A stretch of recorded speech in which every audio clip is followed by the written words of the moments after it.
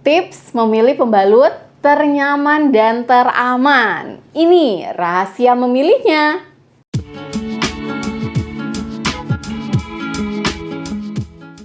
Assalamualaikum warahmatullahi wabarakatuh. Halo wanita hebat, jumpa lagi nih dengan saya Dr. Wedelia Sadina Putri. Nah teman-teman, kali ini kita mau bahas topik yang sangat penting juga nih buat para wanita. Tetapi kadang-kadang masih luput nih dari perhatian para wanita. Pembalut. Siapa sangka memilih pembalut yang tepat itu ternyata sangat berpengaruh loh pada kesehatan dan juga kenyamanan kamu selama menstruasi. Masih banyak dari kita yang mungkin asal pilih pembalut yang ada di minimarket aja deh, yang penting aku gunakan, atau yang ada iklannya yang paling sering muncul nih. Padahal setiap wanita itu punya kebutuhan yang berbeda-beda dan gak semua pembalut itu cocok untuk semua orang. Salah pilih pembalut bukannya nyaman, malah bisa bikin iritasi, gatal-gatal, bahkan infeksi. Pada nggak mau kan? Di video kali ini kita akan bongkar nih teman-teman tips-tips penting dalam memilih pembalut yang aman, nyaman, dan sesuai dengan kebutuhan kamu. Mulai dari bahannya, daya serapnya, sampai jenis-jenisnya. Ayo ditonton videonya sampai habis ya, biar kamu nggak sapi lagi. Teman sehat, vagina kita itu sangat sensitif loh, apalagi pada saat menstruasi. Pembalut yang bersentuhan langsung dengan area intim kita selama berjam-jam, bahkan berhari-hari, jelas harus dipilih dengan cermat. Kenapa itu penting dok? Pasti pada bertanya kan? Jelas teman-teman, karena bisa mencegah iritasi dan alergi.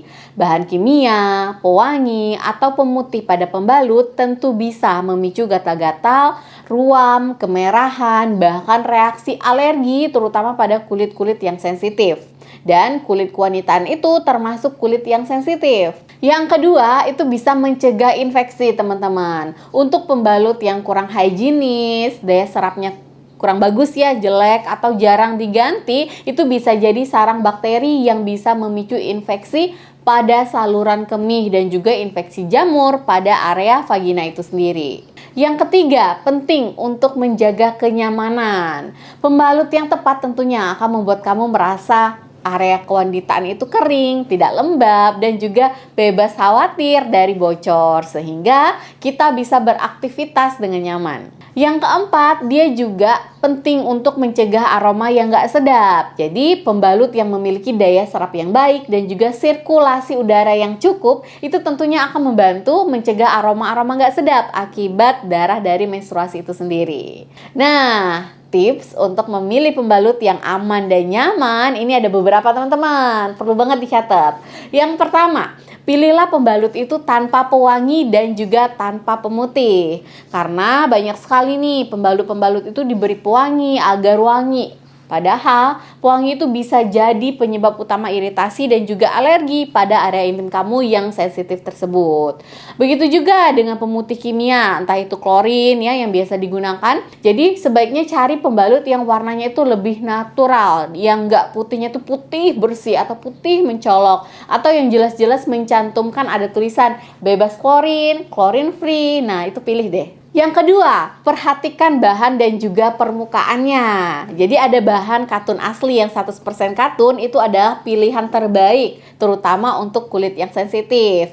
Karena bahan katun ini sangat lembut, menyerap dengan baik, dan juga memungkinkan kulit area kewanitaan itu bernafas ya, seolah-olah. Sehingga mengurangi resiko dari iritasi dan juga kelembaban yang tinggi. Kemudian permukaannya yang non-woven atau kering. Jadi ada pembalut dengan permukaan yang memang terasa kering seperti jaring. Ini biasanya terbuat dari serat sintetis. Nah, kalau kulit kamu sensitif, untuk permukaan yang seperti ini bisa terasa kurang lembut dan juga bisa berpotensi mengalami gesekan yang akibatnya bikin iritasi.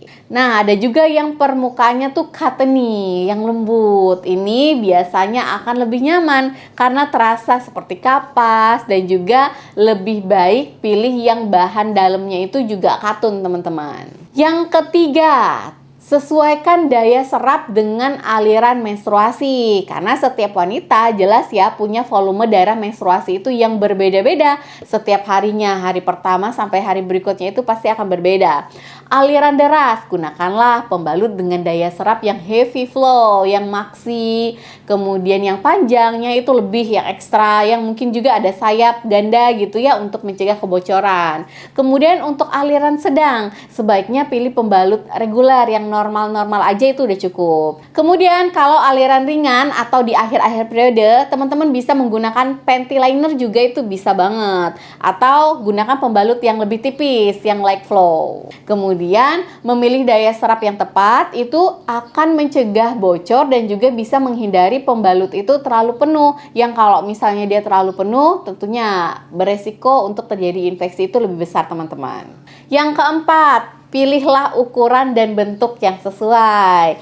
Panjangnya gimana? Jadi ada pembalut harian, pembalut malam hari, ada juga yang ekstra panjang nih untuk pada saat tidur atau pada saat alirannya itu sangat deras. Pastikan panjangnya itu pas dan juga menutupi area-area yang dibutuhkan ya teman-teman. Kemudian sayap atau ada wings. Jadi pembalut bersayap ini bisa membantu menjaga pembalut itu tetap di tempatnya dan gak geser-geser gitu ya. Dan juga bisa mencegah kebocoran pada samping. Terutama kalau kamu banyak bergerak, sayap ini sangat direkomendasikan ya teman-teman. Nah, pilih juga bentuknya. Jadi bentuk pembalut itu macam-macam. Ada yang lebih lebar di belakang, itu untuk perlindungan pada saat tidur.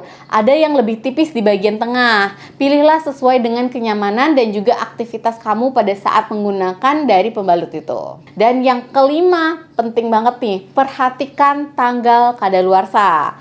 Ingat ya, bukan makanan aja. Pembalut juga punya tanggal kadaluarsanya loh. Meskipun kering, bahan dan lemnya itu bisa berubah seiring waktu untuk mengurangi daya serap atau bahkan jadi sarang bakteri jika disimpan terlalu lama atau disimpannya itu di tempat yang lembab. Jadi selalu ya dicek tanggal kadaluarsanya. Yang keenam, pertimbangkan pembalut yang reusable teman-teman. Yang kain atau kalau memang ada menstrual cup boleh digunakan. Kalau kamu punya kulit yang sangat sensitif atau lebih ingin ramah lingkungan, pertimbangkanlah pembalut kain yang bisa dicuci ulang teman-teman, atau bisa menggunakan menstrual cup. Nah, keduanya ini terbuat dari bahan-bahan yang lebih alami dan juga minim bahan kimia. Tetapi memang butuh effort sedikit nih. Cara perawatannya juga kan harus dicuci, dijemur, cara perawatan yang benar juga. Apapun jenis pembalut yang kamu pilih, satu hal yang paling penting adalah mengganti pembalut secara teratur. Idealnya ganti pembalut itu setiap 3-4 jam sekali atau lebih sering lebih oke kalau aliran darah kamu itu cukup deras.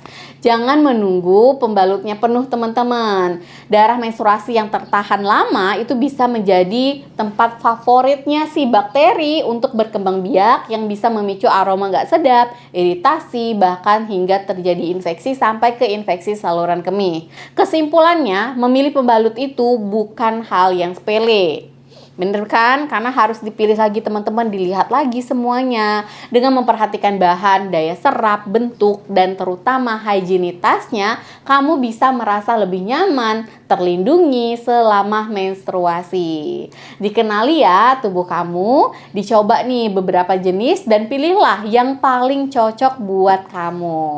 Menurut kalian apa nih pembalut favorit kamu? Atau mungkin kamu memang udah punya pembalut favorit? Atau ada pengalaman yang kurang baik pada saat memilih pembalut? Coba dibagikan di kolom komentar di bawah ini ya. Semoga video ini bermanfaat dan juga bisa menambah wawasan kamu. Jangan lupa ya untuk di like, di share teman-teman, dan juga subscribe channel saya untuk informasi kesehatan menarik lainnya. Terima kasih yang sudah menonton. Jaga kesehatan selalu. Salam sehat. Wassalamualaikum warahmatullahi wabarakatuh.